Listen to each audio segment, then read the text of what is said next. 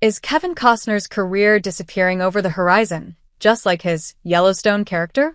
We need to talk about Kevin.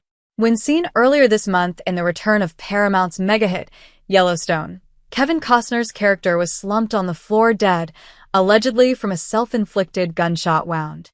Fans of the show, angry that Costner bailed on the second half of the final season, felt its creator and executive producer, Taylor Sheridan, was trolling his former pal by portraying Costner's character, the ruggedly handsome and stoic Montana patriarch John Dutton, as suicidal. It was the latest kick in the teeth to Costner, 69, who has suffered a brutal 2024 which saw him finalize a divorce from second wife Christine Baumgartner, leave the TV hit he helped create, and see his self-financed, four-part $100 million passion project, Horizon, flop both critically and at the box office. But those close to Costner know he's been in similar situations before and is not fazed by the apparent downturn in his fortunes, which remains significant according to Baumgartner's divorce filing. He's worth some $400 million. Kevin's awesome, a longtime friend of Costner, who was out to dinner with him last week, told the Post. I've known him for years. I just saw him, and he was in great spirits. He didn't talk at all about how his projects are doing. He makes so much money through his investment decisions. He's not sitting around and worrying about how his shows or movies are performing at the box office. He just cares that their quality is good. Costner's also been back in the gossip pages since his 2023 split, first being linked to the country singer Jewel, 50, whom he insists is just a friend, this summer, and then forgetting flirty with Sharon Stone at the Governor's Awards ceremony in Los Angeles last week. He's certainly doing well for the son of a ditch digger turned electric line serviceman for Southern California Edison. Costner's big break in the movie industry was thwarted when his scenes were famously cut from 1983's The Big Chill, which could have made him a star. He finally broke through in 1988 with Bull Durham, the story of a minor league baseball player who tells co-star and love interest Susan Sarandon he believes in long, slow, deep, soft, wet kisses that last 3 days. Those with long Hollywood memories compare Costner's current situation with the mid-90s. His triumph against long-odds Western, Dances with Wolves, in 1990 put him on the map, winning 7 Oscars total and revitalizing the near-dormant Western genre. The film tells the story of Union Army Lieutenant John J. Dunbar, played by Costner, who travels to the frontier looking for a military post and finds a group of Lakota. Much of the dialogue is spoken in Lakota, with English subtitles. He continued to win over audiences in The Bodyguard and Robin Hood, Prince of Thieves, but then came a bomb of epic proportions, Waterworld, in 1995.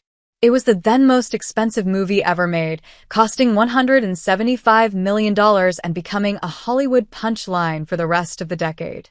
That also coincided with a tough time personally, as Costner split from his wife and mother of his first 3 children, Cindy Silva, in 1994. He spent the next 10 years making a series of largely forgettable movies and had another son through a brief relationship with Bridget Rooney in 1996. Costner met Baumgartner in 2004 and went on to have another 3 children, who are all now teens. Although Costner had memorable leading man roles in JFK, Field of Dreams, and The Untouchables, he's always come back to the Western, starring in films like Silverado, Wyatt Earp, Open Range, and Let 'Em Go, as well as TV fare like The Hatfields and McCoys and Yellowstone. I'm haunted by the interactions of people when there's no law, when something's wide open. How do you behave? Costner told GQ this year. And it's a really interesting way to measure yourself in the dark. Who do I think I am in this? Now, a lot of people go, well, of course I'm the Fing hero. And you want to say, really? You sure about that? Unlike most Hollywood stars, Costner also has real cowboy credentials, having bought a 160-acre Aspen estate in 2000, which is now worth some $80 million. Earlier this year, he even put the property, which features its own baseball field and room for 27 people, on the market to rent, at $36,000 per night. The property, named Dunbar Ranch after his Dances with Wolves character, looks distinctly similar to the one inhabited by John Dutton, Costner's beloved Yellowstone character, who first debuted in 2018 and introduced him to a whole new generation of fans. His fallout with Sheridan and refusal to appear in the final episodes of Yellowstone were a shock. And somehow, despite audiences loving John Dutton, they haven't followed him over to the big screen as the response to Horizon has been lukewarm at best. With the fading of Clint Eastwood, Kevin Costner is the last Western man standing, the last major movie star filmmaker who's still interested in making traditional Westerns on a big scale. Ken Tucker, a longtime NPR pop music critic and former film critic for New York Magazine, told The Post. His problem is the audience for Westerns is getting as old as he is, and aging baby boomers can't give him the box office results he needs. He fit right into the Yellowstone universe because Taylor Sheridan is totally in love with the kind of stoic, tough guy with mature emotions that Costner conveys so well. This Horizon saga, which he first began developing in 1988, is a sweeping saga broken into 4 separate movies involving a 15-year span, before and after the Civil War, about the settlement of the American West. Sienna Miller, Abby Lee, Sam Worthington, and Jenna Malone round out a star-studded cast. Costner is the star of the project and also directed, produced, and co-wrote it. Costner told GQ that he sank $38 million of his own money into Horizon, mortgaging his lush $60 million Santa Barbara home to fund the film. Luckily, that's the lesser of Costner's 2 estates in the area, behind his $145 million compound, which has been his main home since the 80s.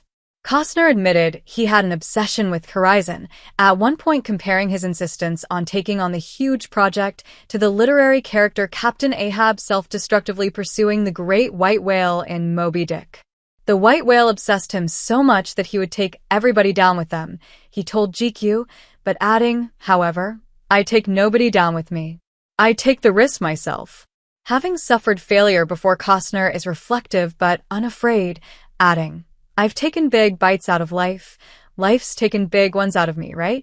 The first 2 Horizon movies, called Chapters, were released in June and August, respectively, but after a weak box office performance, it's unclear when, if ever, the final 2 will appear.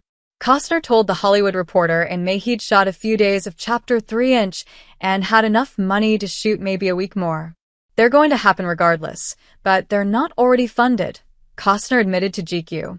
Costner's rep, Arnold Robinson, did not respond to detailed questions from the Post about Costner's career and the fate of the last 2 chapters of Horizon.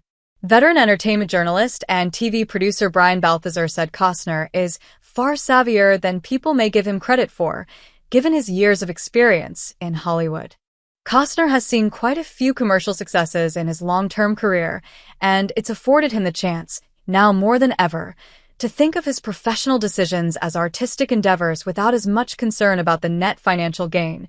Balthazar told The Post, whether his fans like it or not, he has demonstrated a commitment to creating art that resonates on a deeper level, often prioritizing storytelling and authenticity over commercial considerations. At times it sounds as if betting on himself, as he's doing again in Horizon, exhilarates him as much as scares him.